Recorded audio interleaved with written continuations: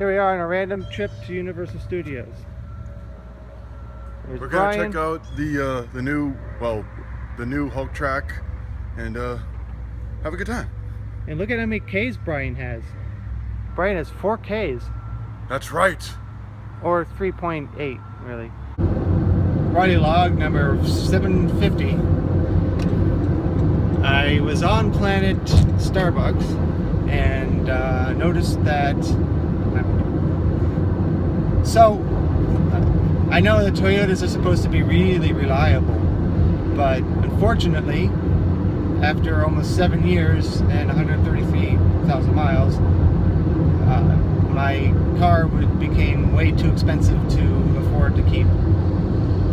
And now I went from no car payments to car payments. You see, last year, the engine started burning oil at a rate that was high. Well, it shouldn't burn oil at all, but I mean, I kept having to change the oil more and more often, and got to the point where I had to have the engines changed out, and that was about $3,000 to get a new engine. But it wasn't a new engine; it was a used engine, so I should say a replaced engine with 90,000 miles on it. So this year, what's that? It's high, but it's okay. You know. No, that's 3/4 of the amount of money I'm paying this for a year of this car. Yeah. With everything new and under warranty. So I did that, and this year, Brian and I were driving to go to Dave & Buster's actually, and stopped at a stop sign, hit the gas. Suddenly, some like a whir, like a whirring noise, like if you take a electric drill and just put it on, squeezed it, put it on full speed. That's what it sounded like. What wasn't happening is the car wasn't moving. So put it in neutral. Well, actually, I stopped it, turned it off completely, turned it back on. Made sure it was in the right gear. 7 years of the vehicle, never put it in the wrong gear. It wasn't in the wrong gear, it was in the right gear. Same problem. And so I said, well, that sounds like I'm causing more damage than anything else. So put it in neutral. And thankfully it was a very quiet road. It wasn't I-95. Yeah, we were just in the neighborhood. And just called for AAA. Waited the mandatory minimum 45 minutes, and the guy came, put it on a tow truck, and towed it off to the dealership. Get a call a little bit later, telling me that I believe it was a transaxle, which is similar to the transmission, broke. That was going to be a minimum of $2,500. To get a used one, and I believe that was the parts alone. Then there's labor. So if I did that, that would be about $3,000 again, and then I would be $6,000 into a used car that could break again for another few $1,000s. So at that point, I had to get something new. Yeah. And I was looking at a used one, had about 19,000 miles on it. It was a year old, but it was a previous body style.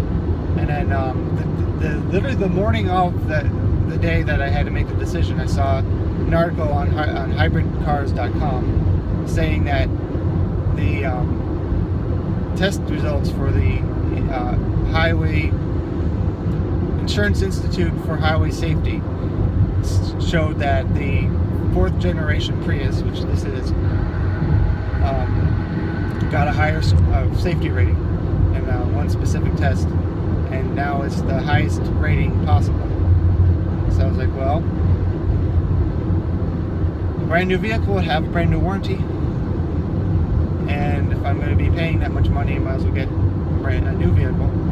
And now I'm finding out it's safer. Like, yeah, I'm going to do that. So that's the reason. That's the main reason why.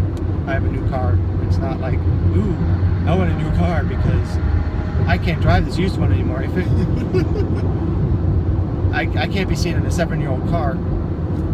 It's a good car. Yeah. It just, within a year, it would have cost me $6,000. Or this is about $4,000 a year.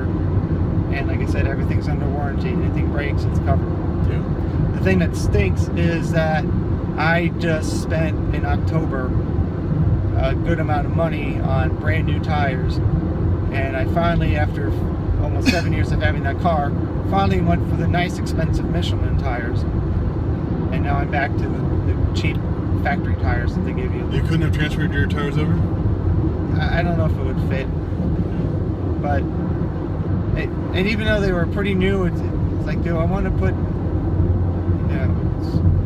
tires from October on a brand new car with brand new tires? I don't know. Yeah. It's possible maybe that I should have asked to see if I can keep them, so eventually when I have to replace these tires, but it's 2 generations newer, so they might not even be the right size anyway. Well, at least, a 7-year car lifespan is pretty good. It's okay. I mean, vehicles are made, someone said that 10 years is the average, and they're supposed to last even longer than that. Well, this one did. Well, it depends on how much you drive. Yeah. I know somebody who has a truck, barely drives the thing, and he's had it for 16 years because he barely drives it. Yeah. My sister has a vehicle now for 15 years. Yeah. But I see vehicles on the road all the time that are seriously old, falling apart, but they're still drivable. Yeah. I don't understand. So I'm going off to Toyota of Vero Beach. That's where we got the car, and that's 2 hours from where I live. But we knew the owner, so I got a really good deal. And watching this plane going along the road, it's kind of weird. Following the road. So we knew the owner, so we got a good deal. But it's 2 hours. So it's 2 hours from where we live, and Universal is about an hour from there. I have to go up because I'm changing out the mirror for one that dims automatically, and figured since we're going that far already, might as well go to Universal Studios since we both have our annual passes still valid. Yeah. So, in the unlikely event that the one person who's still watching us on this video at this point lives near Vero Beach, it wasn't just a good deal.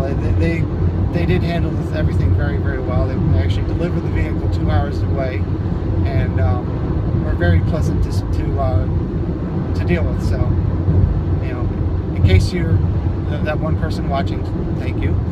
I'm sure you might not even live in the United States, but it's been a very good experience with them. Yeah.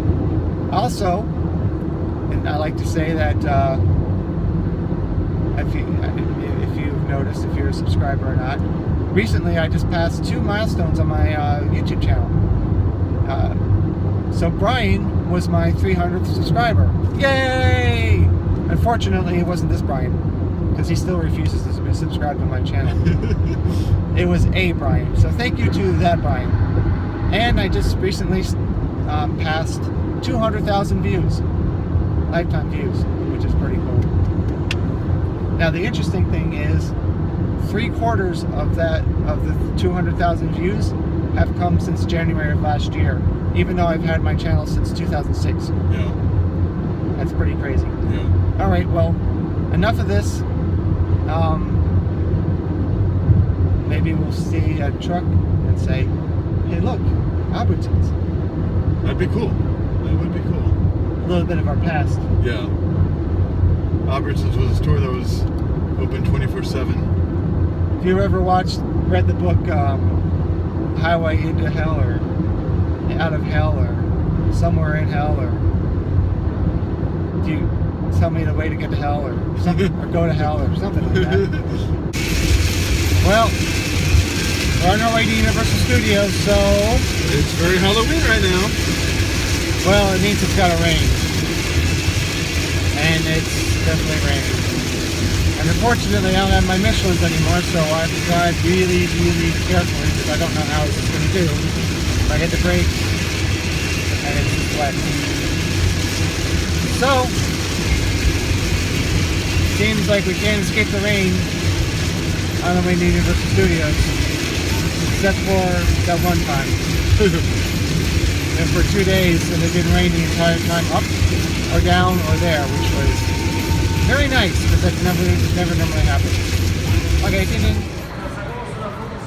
Spider-Man and Brian Man.